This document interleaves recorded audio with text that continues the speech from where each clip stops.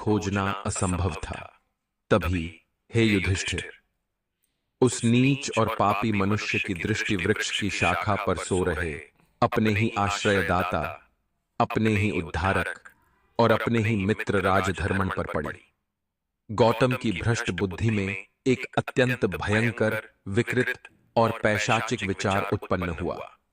उसने सोचा, भोजन के लिए वन में इधर उधर क्यों भटकना? यह बगुला अत्यंत हृष्टपुष्ट और मांसल है। इसने मेरी सहायता तो कर ही दी, अब इसका मेरे लिए क्या उपयोग? यदि मैं इसे ही मारकर भून लूं, तो मेरी वर्तमान भूख भी शांत हो जाएगी और कल की लंबी यात्रा के लिए मेरे पास मार्ग का भोजन भी उपलब्ध हो जाएगा। युधिष्ठिर, जो अब तक अत्यंत ध्यान से कथा सुन रहे थे, उनकी आंखें भय और अविश्वास से फैल गईं। उन्होंने हांफते हुए और कांपते हुए स्वर में कहा, हे मधुसूदन, क्या किसी मनुष्य की मति इतनी मलिन, इतनी दूषित हो सकती है? क्या कोई उस प्राणी को ही अपना ग्रास बना सकता है जिसने न केवल उसे आश्रय दिया हो, अपितु उसे जीवन और संपत्ति का दान दिया हो? यह तो दानवीय कृत्य है। श्री कृष्ण कहा, यही तो अज्ञानता और मनुष्य के पतन की पराकाष्ठा है धर्मराज। गौतम ने अपने इस विकृत विचार पर एक क्षण के लिए भी पुनर्विचार नहीं किया। उसका विवेक पूर्णतः नष्ट हो चुका था। उसने अत्यंत निस्तब्धता से सूखी लकड़ियां एकत्रित कर अग्नि प्रज्वलित की। फिर उसने अपना अस्त्र उठाया और उस निहत्थे, गहरी निद्रा में सोए हुए और पूर्णतः विश्वास से भरे हुए देव पक्षी राजधर्मन की अत्यंत निर्ममता से हत्या कर दी। हे कुंती नंदन, उस नराधम का पाप यहीं नहीं रुका। हत्या के पश्चात उसने उस पुण्यात्मा पक्षी के वे कोमल पंख, जिनसे उसने कभी गौतम को हवा की थी, उसे उसी अग्नि में भूना और पशु के समान अपनी क्षुधा शांत की। इसके पश्चात शेष बचे हुए मांस को अपने थैले में बांधकर वह उस स्वर्णधार के साथ रातों रात अपने गांव की ओर भाग निकला।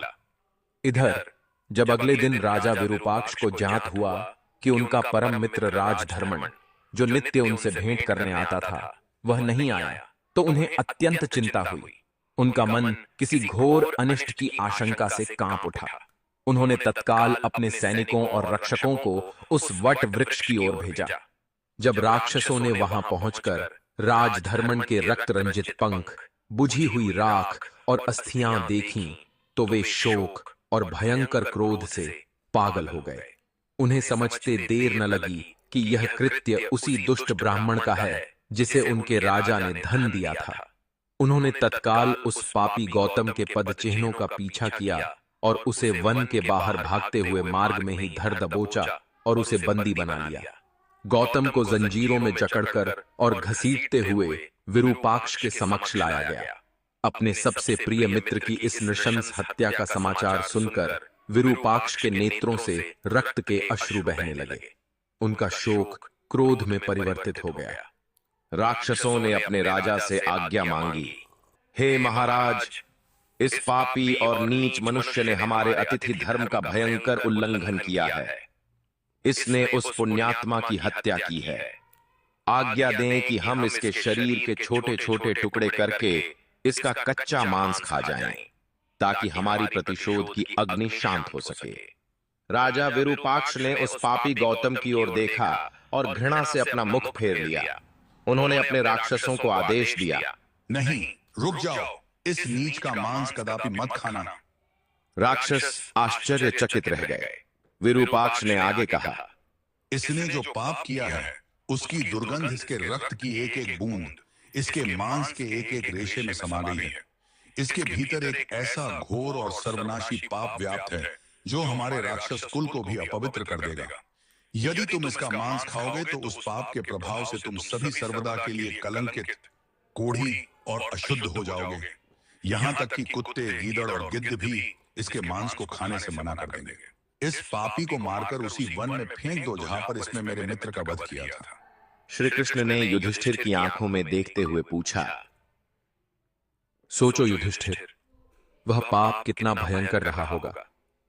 राक्षस जो स्वभाव से नरभक्षी होते हैं, जिन्हें मानव मांस अत्यंत प्रिय होता है, उन्होंने भी उस ब्राह्मण का मांस खाने से मना कर दिया। वह कौन सा पाप था जिसे हिंसक पशु और प्रकृति भी स्वीकार नहीं कर पा रही थी? युधिष्ठिर स्तब्ध थे। उनके पास कोई उत्तर नहीं था। वे केवल श्री कृष्ण के मुख की ओर टकटकी लगाए देख रहे थे। श्री कृष्ण ने कथा को आगे बढ़ाया। विरूपाक्ष ने भारी हृदय से अपने मित्र राजधर्मन के अंतिम संस्कार की व्यवस्था की। एक अत्यंत विशाल और भव्य चिता का निर्माण किया गया, जिसे चंदन की लकड़ियों, सुगंधित द्रव्यों, बहुमूल्य रत्नों और रेशमी वस्त्रों से सजाया गया। जैसे ही विरूपाक्ष ने अपने अश्रुपूरित नेत्रों से उस चिता में अग्नि प्रज्वलित की, तभी आकाश में एक दिव्य घटना घटी। अंतरिक्ष में एक अत्यंत तेजमयी ज्योति प्रकट हुई। वह देवलोक की शुभ्र माता, कामधेनु की सुपुत्री देवी सुरभि थीं। उनके साथ स्वर्ग के अधिपति देवराज इंद्र भी अपने ऐरावत पर सवार होकर वहां प्रकट हुए।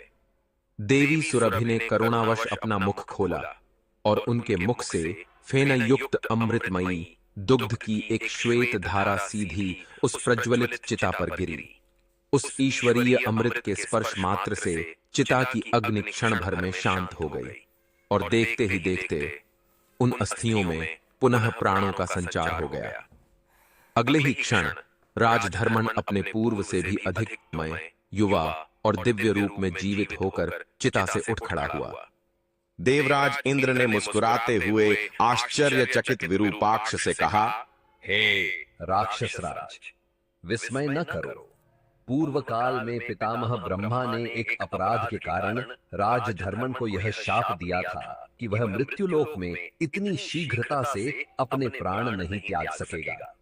उसी शाप के विधान को पूर्ण करने और तुम्हारे इस पुण्यात्मा मित्र को पुनः जीवन देने के लिए ही इस संपूर्ण लीला का सृजन हुआ था। अपने परम मित्र को पुनः जीवित देखकर विरूपाक्ष का हृदय आनंद से नृत्य करने लगा। परंतु हे युधिष्ठिर, राजधर्मन की महानता और उसके भीतर के देवत्व की परीक्षा अभी शेष थी।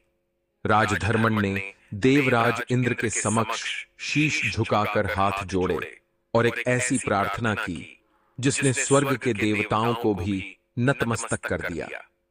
राजधर्मन ने कहा, हे देवेश्वर इंद्र, यदि आप मुझ पर तनिक भी प्रसन्न हैं और यदि आप मुझ पर कृपा करना चाहते हैं तो मेरी केवल एक ही प्रार्थना है। मेरे उस मित्र गौतम ब्राह्मण को कृपया क्षमा कर दें। राक्षसों ने क्रोध में आकर उसे मृत्यु दंड दे दिया है। कृपया उसे भी पुनः जीवित कर दे। इंद्र उस पक्षी की इस अद्वितीय और अकल्पनीय क्षमाशीलता पर मुग्ध हो गए। जिस व्यक्ति ने उसे सोते हुए काटा और भूना था, राजधर्मन उसी के लिए जीवन दान मांग रहा था। इंद्र ने तथास्तु कहा और अपनी अमृत दृष्टि से उस पापी गौतम को भी जीवन दान दे दिया। जब गौतम जीवित होकर उठा तो राजधर्मन ने जाकर उस पापी को गले लगाया। उसने गौतम के मन से भय निकालने के लिए उसे उसका सारा स्वर्ण और धन लौटा दिया और अत्यंत प्रेम के साथ उसे उसके गांव की ओर विदा किया। इसके पश्चात राजधर्मन स्वयं पितामह ब्रह्मा जी के लोक को प्रस्थान कर गए, जहां उनका भव्य सत्कार हुआ। श्री कृष्ण ने आगे कहा, गौतम अपना सारा धन लेकर वापस अपनी शूद्र पत्नी के पास लौट गया और अनेक वर्षों तक उसी पापपूर्ण और मलिन जीवन को व्यतीत करता रहा। उसे लगा कि वह बच गया है, उसने संपत्ति पा ली है। परंतु हे युधिष्ठिर, धर्म का चक्र अत्यंत सूक्ष्म और कठोर होता है।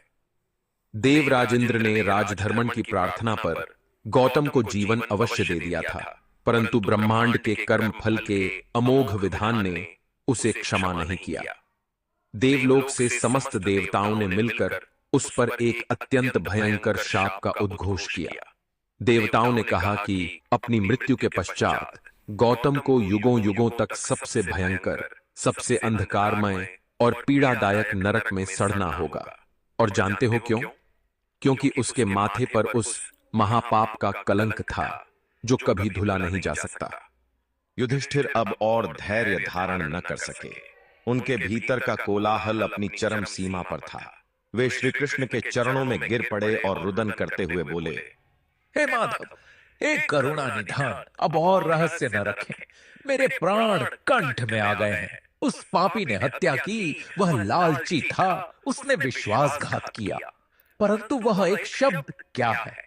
वह महापाप कौन सा है जिसने उसके मांस को भी अछूत बना दिया, जिससे राक्षसों ने भी घृणा की और जिसने उसे अनंत नरक का भागी बना दिया? कृपया मुझे उस पाप का नाम बताएं। श्री कृष्ण ने युधिष्ठिर को अपने दोनों हाथों से उठाया।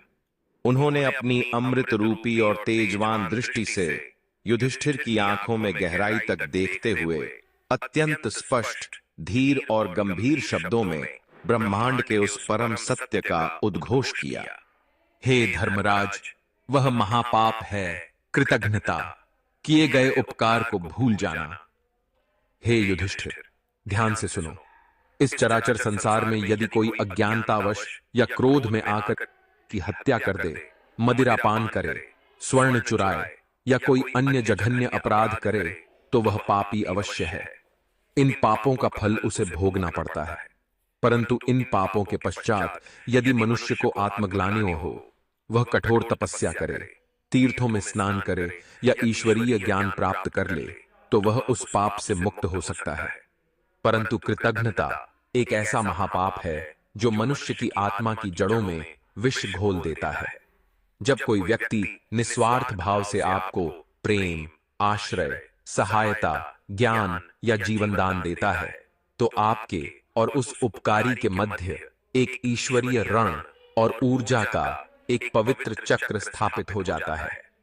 जब वह उपकृत व्यक्ति अपने अहंकार, स्वार्थ या लालच के वशीभूत होकर उस उपकार को भूल जाता है, उसे नकार देता है या गौतम के समान अपने ही रक्षक का भक्षक बन जाता है, तो वह सृष्टि के सबसे पवित्र नियम कृतज्ञता को खंडित करता है। हे कुंती नंदन, कृतघ्न मनुष्य का इस ब्रह्मांड में कोई प्रायश्चित्त नहीं है। न कोई तीर्थ यात्रा, न कोई महादान, न कोई यज्ञ और न ही कोई देवता एक कृतघ्न व्यक्ति को उसके पाप से या नरक की यातनाओं से मुक्ति दिला सकता है। यहां तक कि स्वयं महादेव शिव और पितामह ब्रह्मा भी